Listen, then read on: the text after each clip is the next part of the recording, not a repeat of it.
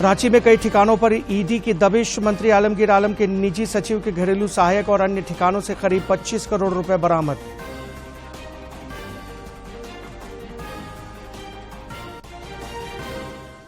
छठे चरण के लोकसभा चुनाव के लिए नामांकन का आज आखिरी दिन। गिरिडीह से चंद्र प्रकाश चौधरी और मथुरा प्रसाद महतो भरेंगे चुनावी पर्चा। रांची से यशस्विनी सहाय भी करेंगी नामांकन।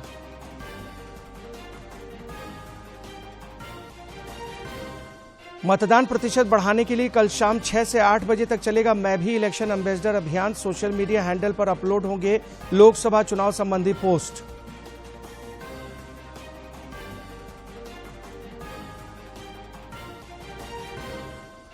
और मौसम विभाग का पूर्वानुमान। राज्य के कई हिस्सों में आज से 10 मई तक छाएंगे बादल। ओलावृष्टि, वज्रपात और आंधी की संभावना।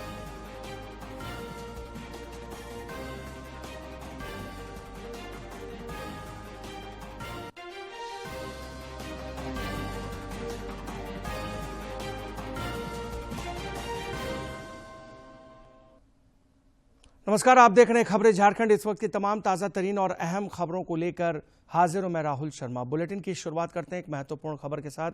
राजधानी रांची में आज ईडी की कार्रवाई चल रही है। छापेमारी अभियान चलाया जा रहा है।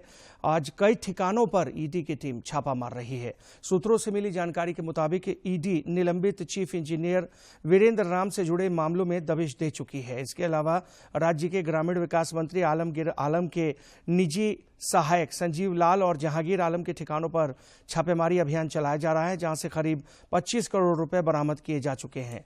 हालांकि अभी नोटों की गिनती जारी है। बरामद रुपए 2 अलग अलग ठिकानों से मिले हैं। एक ठिकाना संजीव लाल से जुड़ा है, जो अपने कर्मचारी के नाम पर भाड़े पर ले रखा था।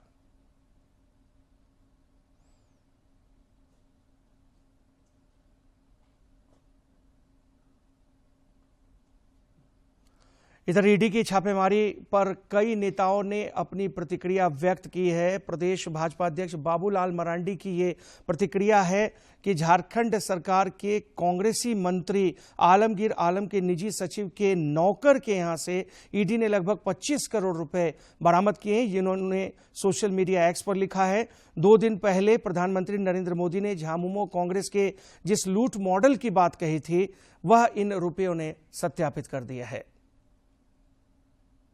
आदिवासियों, पिछड़ों के हक मारकर लूटे गए इन्हीं पैसों से कांग्रेस अपने शहजादे को प्रधानमंत्री बनाने का सपना देख रही है। ईडी, सीबीआई के दुरुपयोग की दुहाई देने वाली जेएमएम कांग्रेस जनता के सामने अब कौन सा नया बहाना बनाएगी। धीरज साहू से लेकर के आलमगीर आलम और पंकज मिश्रा से लेकर के पूजा सिंघल तक के ठिकानों से जिस प्रकार अथाह काले धन बरामद हुए हैं, उससे पिछले 5 सालों के दौरान राज्य सरकार द्वारा की गई संगठित लूट अब जग जाहिर हो चुकी है। सोचिए कि झारखंड में एक मंत्री के पीए के नौकर के यहाँ 25 करोड़ रुपए नगद मिल सकता है, तो दूसरे और मंत्रियों ने गरीबों की गाड़ी कमाई और कितना लूट कर नौकर चाकरों के यहाँ रखा, छुपा कर ये रखा होगा। हमें लगता है कि कल्पना सोरेन जी अब घड़ियाल या सुबहाना और ये कहना बंद कर देंगी कि हेमंत सोरेन का अपराध क्या है।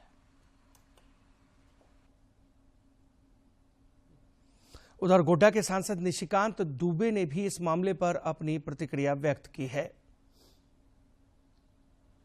झारखंड में मंत्री के पर्सनल सेक्रेटरी संजीव लाल के खिलाफ बड़ी कार्रवाई और संजीव लाल के आवास पर 30 करोड़ से ज्यादा कैश मिला है। प्रदीप यादव के पार्टी की कहानी।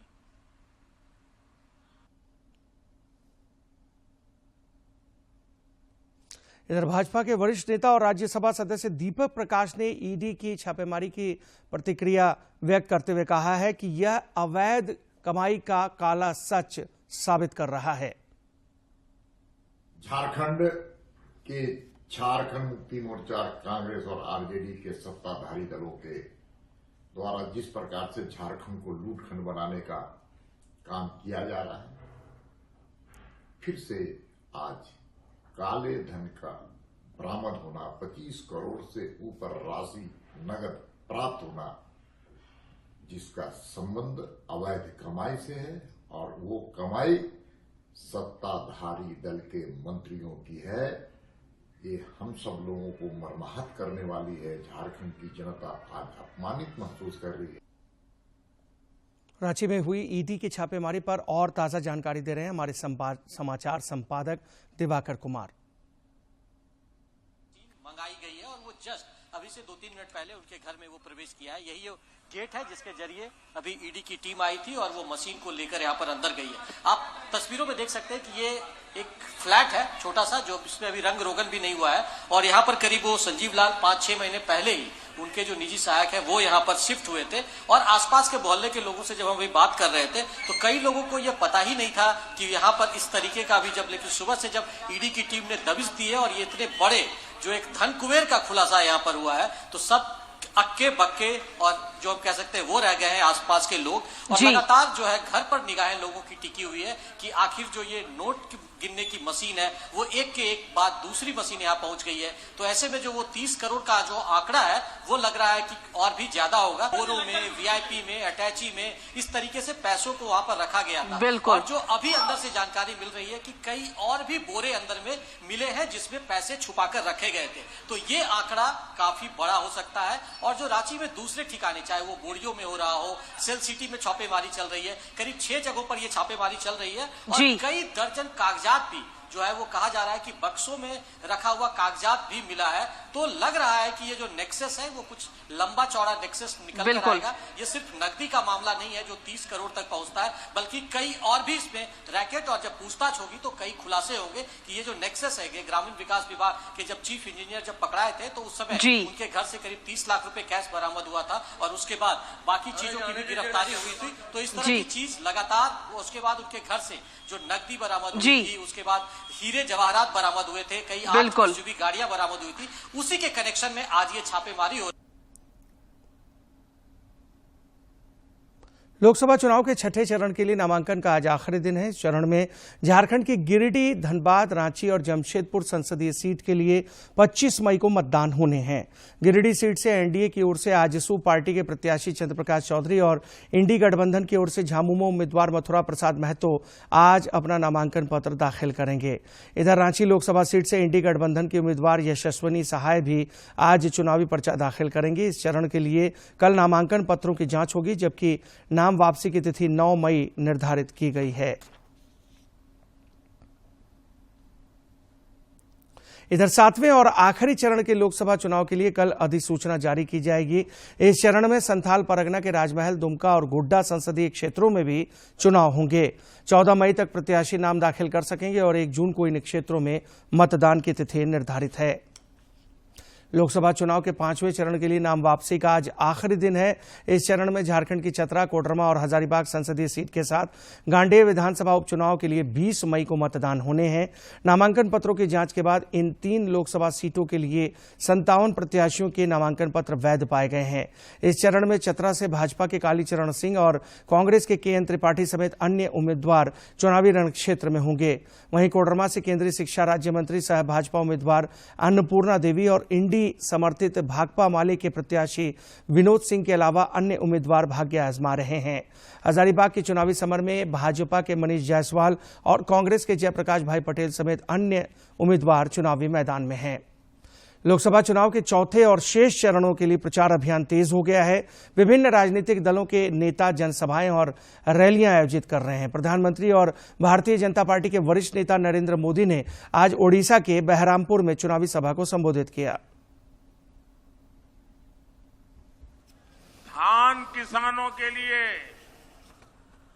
केंदू पत्र के लिए भी बीजेपी के संकल्प पत्र में बहुत ही बड़ी घोषणाएं की गई है।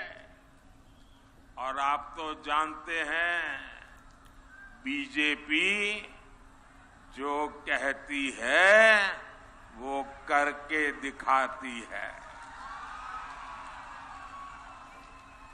और इसलिए यहां सरकार बनने के बाद हम पूरी शक्ति से इन घोषणाओं पर अमल करेंगे। और ये मोदी की गारंटी है। इधर खूंटी से भाजपा प्रत्याशी और केंद्रीय मंत्री अर्जुन मुंडा भी लगातार जनसंपर्क अभियान चला रहे हैं। इसी कड़ी में श्री मुंडा ने कल तोरपा में जनसंपर्क अभियान चलाया।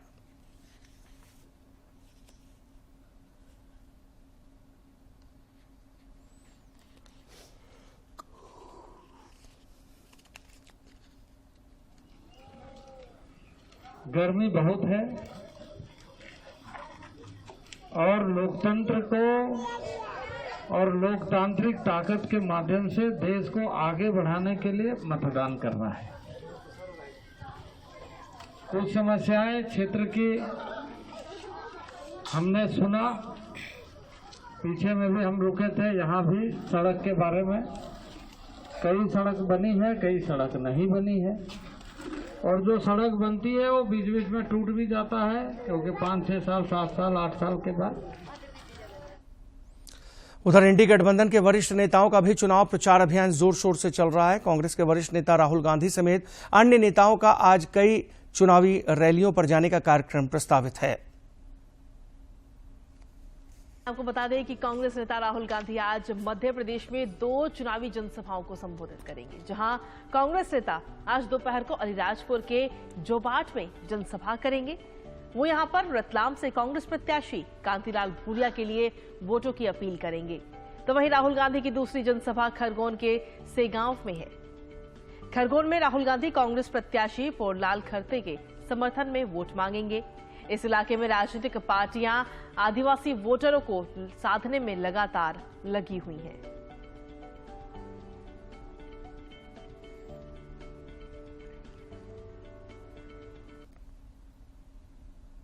लोकसभा चुनाव के साथ ही गांडेय विधानसभा उपचुनाव को लेकर भी राजनीतिक सरगर्मी बढ़ गई है। इस उपचुनाव में इंडी गठबंधन की प्रत्याशी कल्पना सोरेन धुआंधार प्रचार कर रही हैं।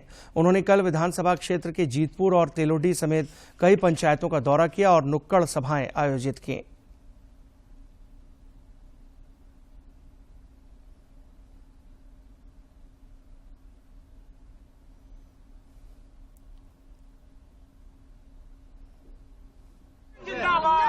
आप लोगों को और ये बीजेपी वाले क्या कर रहे हैं कि जहाँ देख रहे हैं कि 2 व्यक्ति अपने लोगों के लिए काम कर रहा है, अपने लोगों के लिए काम कर रहा है, सारी योजनाएं लेकर के धरातल तक उतार रहा है, उसको ये लोग सीधा जेल में डालने का काम करते हैं। तो आप ऐसे लोगों का मुंह तोड़ जवाब दीजिएगा कि नहीं दीजिएगा? दीजिएगा ना आप लोग मुंह तोड़ जवाब? तो आप मुझे बताइए कि मुंह तोड़ जवाब आप कैसे दीजिएगा? अभी ये चुनाव कैसे दीजिएगा? वोट दीजिएगा। घर में एक वोट छूटेगा किसी का? नहीं छूटेगा ना। यहाँ पे मतदान कितना तारीख को है? 20 तारीख को। दीदी मेरी दीदी लोग को बोलो कितने तारीख को है? 20 तारीख को है। तो 20 तारीख में आप लोगों का सबसे पहले होना चाहिए मतदान, उसके बाद करिएगा आप लोग नाश्ता जलपान। उधर दुमका संसदीय क्षेत्र के जामताड़ा जिले में लोकसभा चुनाव को लेकर विभिन्न पार्टियों के नेताओं की सक्रियता बढ़ गई है। बैठकों का दौर और जनसंपर्क अभियान में तेजी आ चुकी है। इस क्रम में जिले के नाला प्रखंड मुख्यालय स्थित फुटबॉल मैदान में कल झारखंड मुक्ति मोर्चा के नेताओं ने कार्यकर्ताओं के साथ बैठक की और चुनावी रणनीति बनाई। समर्पित होकर पार्टी के उम्मीदवार की जीत सुनिश्चित करने के लिए कार्यकर्ताओं से कार्य करने की अपील भी की गई।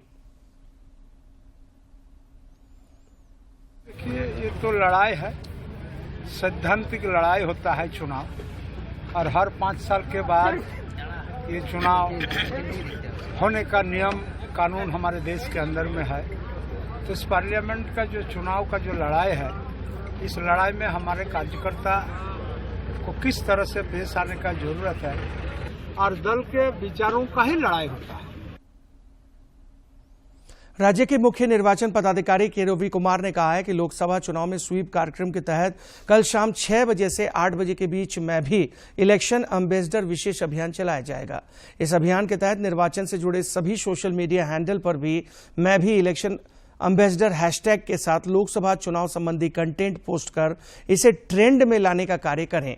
श्री कुमार ने कल सोशल मीडिया हैशटैग अभियान को लेकर सभी जिले के उप निर्वाचन पदाधिकारी, स्वीप के नोडल पदाधिकारी, सोशल मीडिया के नोडल पदाधिकारी समेत निर्वाचन कार्य में जुड़े सभी कंप्यूटर ऑपरेटर के साथ वीडियो कॉन्फ्रेंसिंग कर अभियान की जानकारी दी। उन्होंने चुनाव से संबंधित फोटो, वीडियो, टेक्स्ट अपलोड करते हुए संबंधित हैशटैग को ट्रेंडिंग करने का निर्देश दिया। उन्होंने आम जनों से भी अपील की कि इस विशेष अभियान का हिस्सा बनकर अपने सोशल मीडिया हैंडल पर हैशटैग लगाते हुए चुनाव से संबंधित सामग्री को जरूर पोस्ट करें। लोकसभा आम चुनाव में सिमडेगा जिले में मतदान प्रतिशत बढ़ाने के उद्देश्य से कल स्वीप जतरा सह मतदाता जागरूकता रैली का आयोजन किया गया। स्वीप के तहत निकाली गई मतदाता जागरूकता रैली में आदिवासी पारंपरिक वेशभूषा में प्रतिभागियों ने मांदर की थाप पर झूमते थिरकते शहर का परिभ्रमण किया। जिले के उपायुक्त अजय कुमार सिंह ने मांदर बजाकर रैली को रवाना किया। उन्होंने जिले के सभी पदाधिकारियों के साथ सड़क पर पैदल चलते हुए मतदाताओं से 13 मई को निश्चित रूप से मतदान करने की अपील की।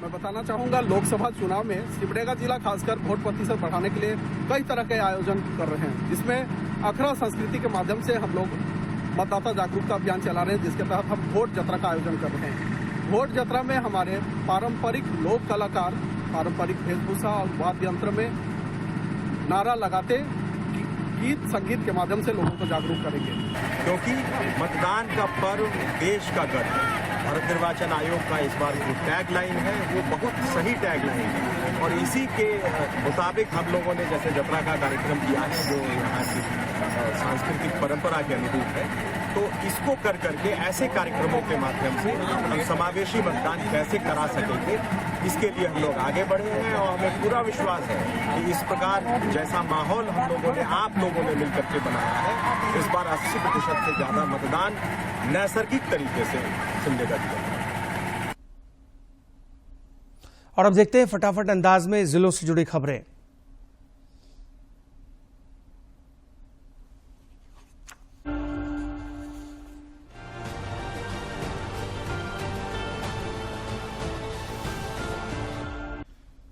खूंटी प्रशिक्षण कोषांग की ओर से तोरपा विधानसभा क्षेत्र के लिए प्रतिनियुक्त द्वितीय मतदान अधिकारियों के लिए बिरसा कॉलेज खूंटी एवं लोयला इंटर कॉलेज परिसर में प्रशिक्षण का आयोजन किया गया। इस दौरान मतदान अधिकारियों को उनके कार्य एवं दायित्वों से विस्तार से अवगत कराया गया। रामगढ़ जिले में मतदाताओं को जागरूक करने के लिए Ramgarh chamber of commerce and industries अब सड़क पर उतर आई है। चेंबर के पदाधिकारी पहले व्यापारियों को जागरूक कर रहे थे, इसके बाद उन लोगों ने वोटर को बूथ तक ले जाने के लिए कई आकर्षक स्कीम भी लागू की है। अब एक कदम और आगे बढ़कर वे मतदाताओं के घर तक जा रहे हैं। पश्चिमी सिंहभूम जिले की टेबो थाना क्षेत्र से पुलिस ने उग्रवादी संगठन पीएलएफआई के 2 नक्सलियों को गिरफ्तार किया है।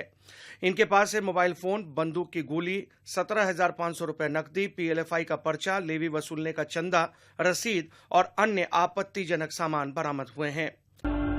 बोकारो जिले के गोमिया थाना क्षेत्र के ग्राम होसिर में गुप्त सूचना के आधार पर अवैध रूप से गांजा तस्करी कर ले जाते हुए एक शख्स के पास से 160 पुड़िया गांजा जब्त किया गया। गिरफ्तार व्यक्ति तंबाकू की दुकान चलाता था। चतरा पुलिस ने 50 लाख रुपए के ब्राउन शुगर के साथ 3 लोगों को गिरफ्तार किया है। गिरफ्तार तस्करों में निसार अंसारी, पंकज कुमार दांगी और मोहम्मद रेहान शामिल हैं। इनके पास एक car, 568 gram brown sugar, 3 mobile phone सहित अन्य सामान बरामद किया गया है। जब्त कार में एंटी क्राइम ऑर्गेनाइजेशन चतरा के प्रेसिडेंट का बोर्ड लगा हुआ था।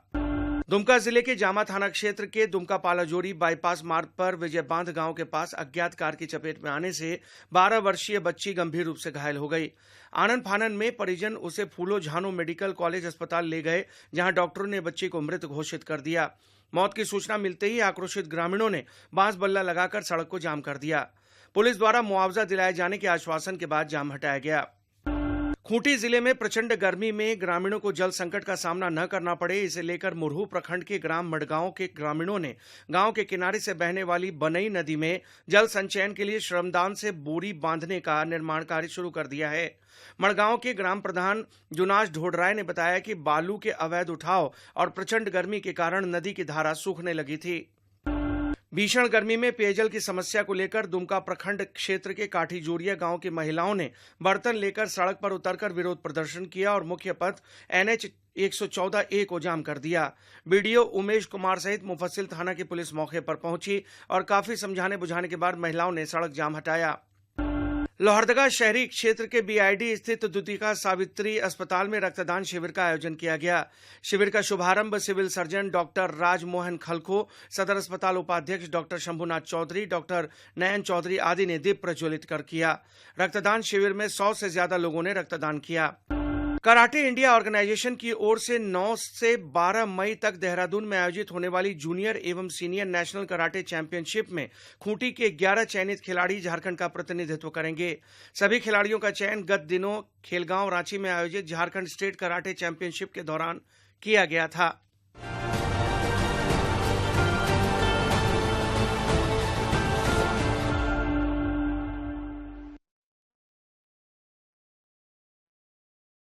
कई कारण हैं। इधर खोखरा थाना प्रभारी निरंजन कच्छप ने सराहनीय कदम उठाते हुए थाना क्षेत्र में लगी आग को बुझाने की भरपूर कोशिश की।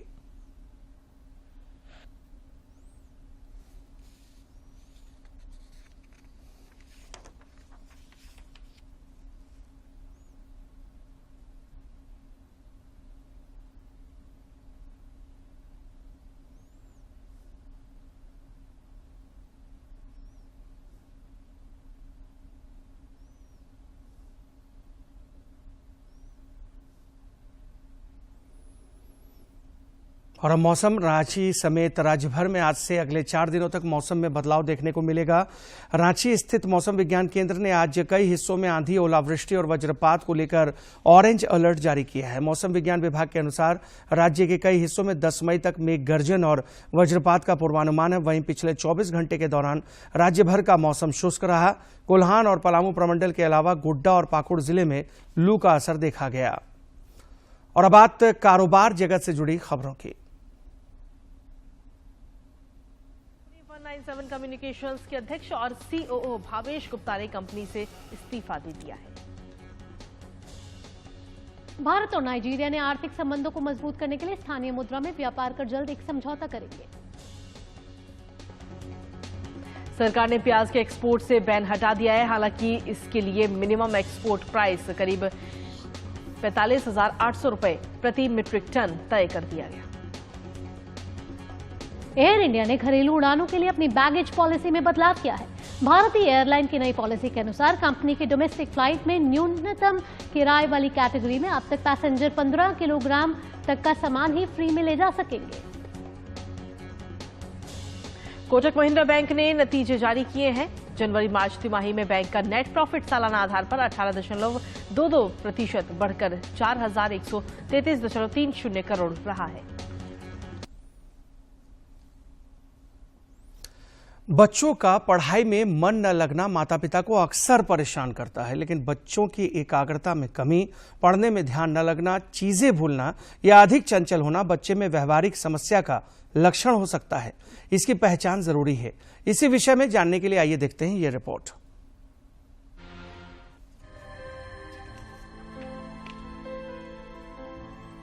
Attention deficit hyper activity disorder यानी ADHD एक ऐसी समस्या है जिससे बच्चों का व्यवहार प्रभावित होता है।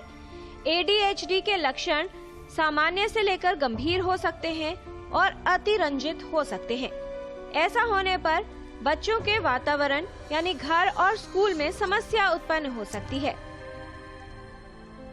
जो टॉडलर्स होते हैं, जो छोटे बच्चे होते हैं, स्कूल जाने से पहले सारे ही चंचल होते हैं, उठल पुठल कर रहे होते हैं, लेकिन ये जनरली हम डायग्नोज करते हैं 6-7 साल की उम्र के बाद, जिसके अंदर जो बच्चे को अटेंशन डेफिसिट मतलब वो अटेंशन किसी चीज में दे नहीं रहा, हाइपर एक्टिविटी मतलब उसकी ज्यादा चंचलता है, ये होता है अगर ये हमारे बच्चे के क्या है एनवायरनमेंट। 3 प्रकार के एनवायरनमेंट है, घर में है, स्कूल में है और घर और स्कूल के बाहर आसपास के पड़ोसी में और खेलने के एनवायरनमेंट है। अगर 2 एनवायरनमेंट में हो रहा है और ये लक्षण कुछ महीनों तक चल रहे हैं, 6 महीने से ऊपर, तभी हम उसके ऊपर कंसर्न करके हमारे को एक पीडियाट्रिक न्यूरोलॉजिस्ट को दिखाना चाहिए, जो बच्चे को देख के उसके बाद साइकोलॉजिस्ट को भी अगर दिखाना है तो दिखाते हैं। ADHD का कोई विशेष कारण स्पष्ट नहीं है, लेकिन कुछ कारक इसके खतरे को बढ़ाते हैं। आनुवंशिक कारक, न्यूरोट्रांसमीटर यानी मस्तिष्क के भीतर तंत्रिका आवेदों को प्रेषित करने वाले पदार्थों की असामान्यताएं, जन्म के समय वजन कम होना, सिर में चोट लगना, मस्तिष्क में संक्रमण, आयरन की कमी, obstructive sleep apnoea, lead exposure, गर्भावस्था के दौरान शराब या तंबाकू का सेवन करना, बचपन के दौरान हुई कोई दर्दनाक घटना, हिंसा, गलत व्यवहार या उपेक्षा, इन सभी से attention deficit hyper activity disorder होने की संभावना बढ़ जाती है। जो डायग्नोस्टिक क्राइटेरिया है वो DSM-5 को फुलफिल करना होता है और उसके बाद कॉर्नर्स के ऊपर स्कोरिंग करते हैं और वो कॉर्नर्स में हम क्वेश्चनर पेरेंट्स से पूछते हैं और कुछ क्वेश्चनर टीचर को भरवाने के लिए देते हैं।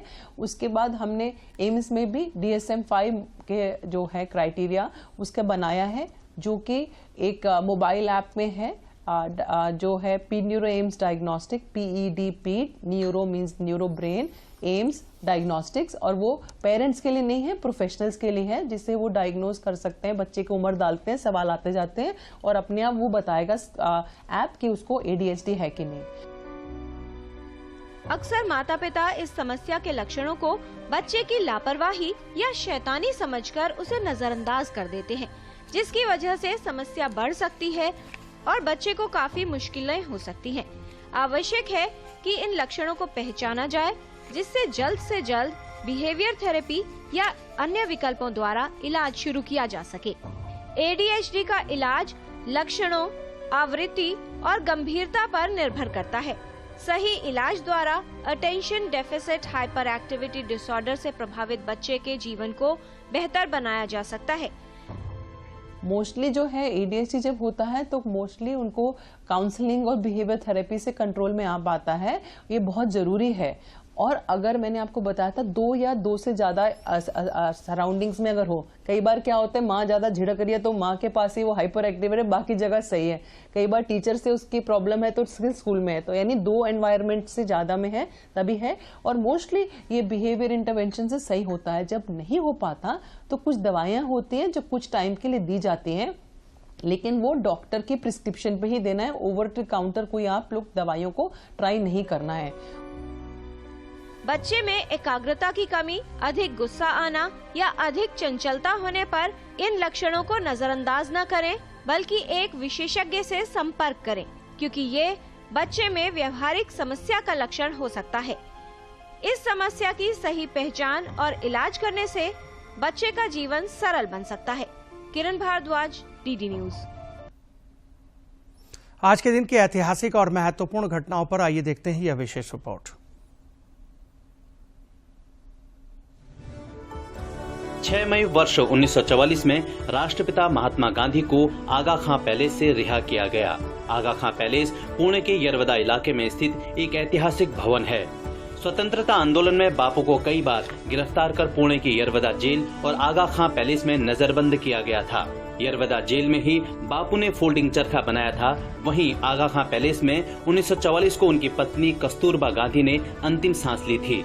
अगस्त 1942 में भारत छोड़ो आंदोलन के दौरान बापू को उनके समर्थकों के साथ इस महल में लाया गया था। इस पैलेस में भारत कोकिला सरोजनी नायडू भी गांधी जी के साथ ही रहीं। 6 मई वर्ष 1972 में आबिद खान का जन्म उत्तर प्रदेश के हरदोई जिले में हुआ। वे लांस नायक के पद पर नियुक्त एक पराक्रमी भारतीय सेना के जवान थे। लांस नायक आबिद खान कारगिल युद्ध में वीरता से लड़ते हुए शहीद हुए। आबिद खान ने टाइगर हिल की जंग के दौरान अदम्य साहस का परिचय दिया और घायल होने के बावजूद पाक सैनिकों से जमकर लोहा लिया। टाइगर हिल की चोटी पर युद्ध के दौरान एक पैर में गोली लगने के बाद भी दुश्मन सैनिकों से 2-2 हाथ किए। इसी दौरान दुश्मनों की एक गोली उनके सीने में लगी और वो वहीं शहीद हो गए।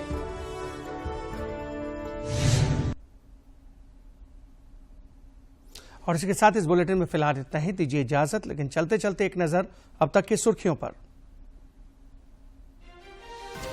रांची में कई ठिकानों पर ईडी की दबिश। मंत्री आलमगीर आलम के निजी सचिव के घरेलू सहायक और अन्य ठिकानों से करीब 25 करोड़ रुपए बरामद।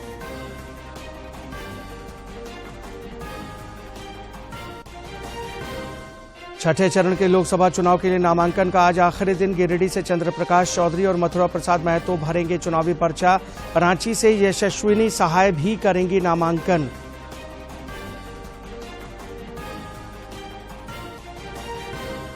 मतदान प्रतिशत बढ़ाने के लिए कल शाम 6 से 8 बजे तक चलेगा मैं भी इलेक्शन एम्बेसडर अभियान। सोशल मीडिया हैंडल पर अपलोड होंगे लोकसभा चुनाव संबंधी पोस्ट।